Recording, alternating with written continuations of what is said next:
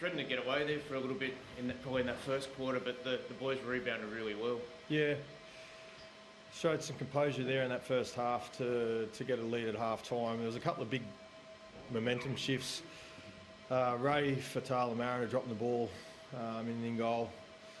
And then I think Zachy Lomax dropping that kick in that second half.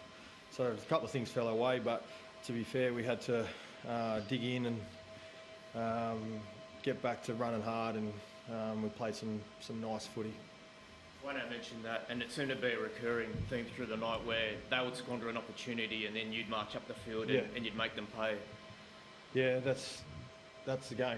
Yeah, we weren't able to defend our errors in the first half, which is, something we've got to really nail down against the elite teams.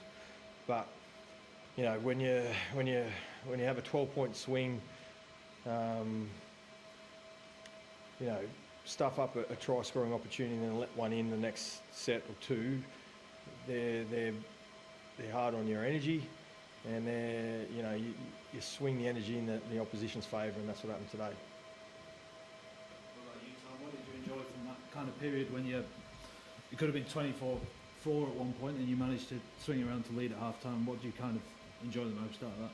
Yeah, I thought after about that 20-minute mark, I just liked how we stayed nice and patient and built back into our game. And once we kind of got a bit of momentum, we capitalised on it. So I think it's just been great that we've been able to stay composed and put ourselves back in the game. Todd, I think that's your best start in 17 years. What's clicking as a group, do you think? I just think the connection, the energy in the group is great. I've said it publicly prior to this. We've had a 7-week. We've had extra 7 weeks together in the pre-season period, so everyone's a little bit fitter than where we were this time last year. Things could have been different last week, but it's important that you can win those games, and that does great things for your confidence. Where do you feel you're at, Todd, just in terms of 3 good wins, yeah.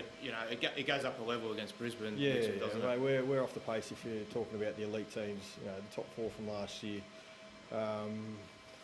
We've got to improve and improve quickly. What was the plan with Jason? He sort of came out and didn't come back on? Yeah. Well, it won't be the last time if we're up by 28 points, needing to put him back on. It's a 6-day turnaround again, so the world of rugby league needs to know that this is going to happen again if we're this far in front.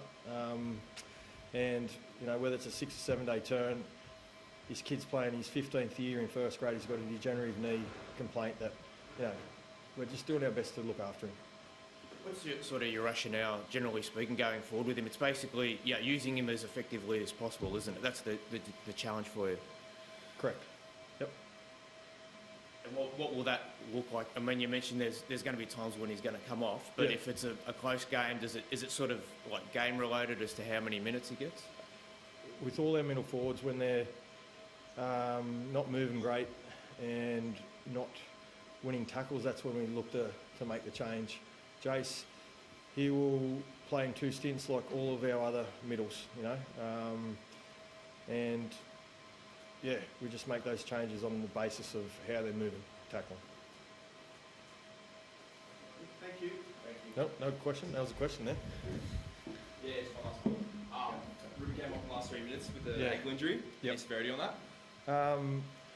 Rubes rolled his ankle leading into the Dolphins game on the Tuesday, Wednesday, which put a scare through the camp. He was in a bit of doubt. He got up for that game, and then he's just sort of re-aggravated that injury. Medical team are pretty confident that it'll settle down over the next couple of days.